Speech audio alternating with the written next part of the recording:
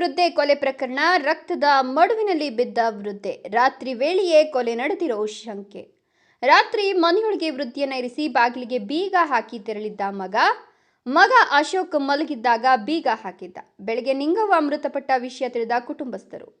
ಈ ಹಿಂದೆ ತನ್ನ ಹೆಣ್ಣುಮಕ್ಕಳಿಗೆ ಮೈ ಮೇಲಿನ ಬಂಗಾರ ನೀಡಿದ್ದ ನಿಂಗವ್ವ, ಇದೇ ಕಾರಣಕ್ಕೆ ಅಶೋಕನ ಮಗನಿಂದ ನಿಂಗವ್ವನ ಮೇಲೆ ಹಲ್ಲೆ ಮಾಡಿರೋ ಆರೋಪ ಕೇಳಿ ಬಂದಿದ್ದು, ಸರಿಯಾಗಿ ತಾಯಿಗೆ ಊಟ ಹಾಕ್ತಿರ್ಲಿಲ್ಲ ಅನ್ನೋ ಆರೋಪ ಕೂಡ ಮಾಡಲಾಗ್ತಿದೆ.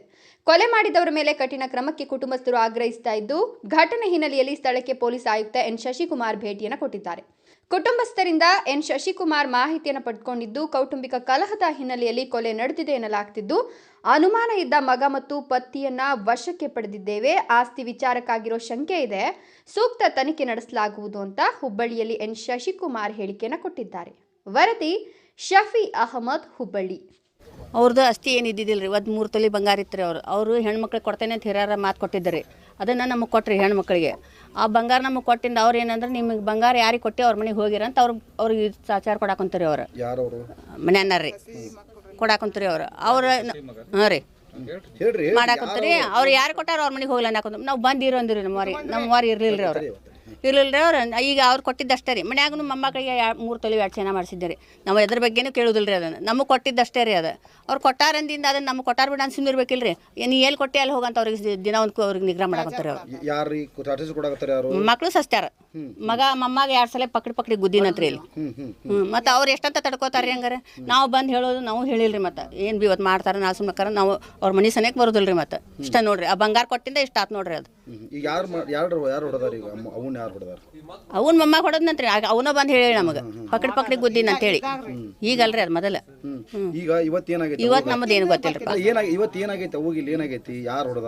ಅದು ನಮಗೆ ಗೊತ್ತಿಲ್ಲ. ಆಗಿಂದ ರೀ ಅವ್ರು ನನ್ನ ಮಂಜು ಒಟ್ಟು ಪಕಡಿ ಮೊಮ್ಮ ಗುದ್ದಿನ ಅಂತ ಬಂದು ಹೇಳಿಲ್ರಿ ನಮಗೆ. ಇವತ್ತೇನಾಗೈತಿ ನಿಂಗಮ್ಮಗೆ ಏನಾಗೈತಿ ಇಲ್ಲೇ? ಆಕಿ ಬಿದ್ದಿಂದ ಬಂದೇವ್ರಿ ನಾವು. ಆಕಿ ಬಿದ್ದಾಗಿಂದ ಬಂದೇವ್ರಿ ನಾವು. ಮೊದಲು ಗೊತ್ತಿಲ್ಲ ನಮಗೆ. ಅದು ಗೊತ್ತಿಲ್ಲ ರೀ.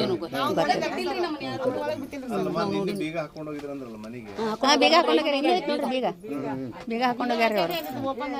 ಅದು ಫೋನ್ ಹಚ್ಚಿದಾಗ ನಮಗೆ ಗೊತ್ತರಿ ಬೀಗ ಹಾಕೊಂಡೋಗ್ಯಾರ. ಹಿಂಗೆ ಅಮ್ಮ ಒಳಗದ ಅಂತ ಹಚ್ಚಿದ್ರಿ ಇವ್ರು. ನಮ್ಮ ಕಾಕಾರ ಬಂದ.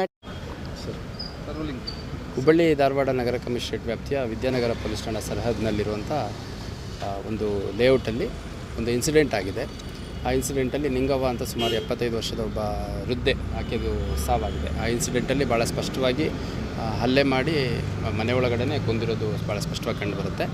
ಇದು ಕುಟುಂಬದ ಒಳಗಡೆ ಆಗಿರುವಂಥ ಒಂದು ಘಟನೆ ಅನ್ನುವಂಥದ್ದು ಸದ್ಯಕ್ಕೆ ನಮಗೆ ತಿಳಿದು ಬಂದಿರುವಂಥದ್ದು. ಮತ್ತು ಮೃತಳ ಹೆಣ್ಮಕ್ಳು ಮತ್ತು ಕುಟುಂಬ ಸದಸ್ಯರು, ಆಮೇಲೆ ಅವರ ಒಂದು ಹತ್ತಿರದ ಸಂಬಂಧಿಕರು ಹೇಳುವಂಥದ್ದು, ಈ ಮೃತಳ ಹತ್ರ ಇದ್ದಂಥ ಒಂದು 3 ತೊಲ ಬಂಗಾರನ ಹೆಣ್ಮಕ್ಳಿಗೆ ಕೊಟ್ಟಿದ್ರಂತೆ. ಹಂಗಾಗಿ ನಿರಂತರವಾಗಿ ಮಗ ಮತ್ತು ಮಗನ ಮಕ್ಕಳೇನಿದ್ದಾರೆ ಅವರು ಬೈಯೋದು, ಊಟಕ್ಕೆ ಸರಿಯಾಗಿ ಆಗದೆ ಇರುವಂಥದ್ದು, ಹೊಡೆಯೋದು ಎಲ್ಲ ಮಾಡ್ತಿದ್ರಂತೆ. ನಿರಂತರವಾಗಿ ಜಗಳ ನಡೀತಾನೆ ಇತ್ತಂತೆ. ಹಂಗಾಗಿ ನಿನ್ನೆ ಈ ಒಂದು ಇನ್ಸಿಡೆಂಟ್ ಆಗಿದೆ. ಈ ಕೃತ್ಯದಲ್ಲಿ ಭಾಗಿಯಾಗಿದ್ದಾನೆ ಅಂತ ಯಾರನ್ನ ಅನುಮಾನ ಮಾಡಲಾಗ್ತದೆ ಆ ವ್ಯಕ್ತಿ ಅಂದರೆ ಮಗ.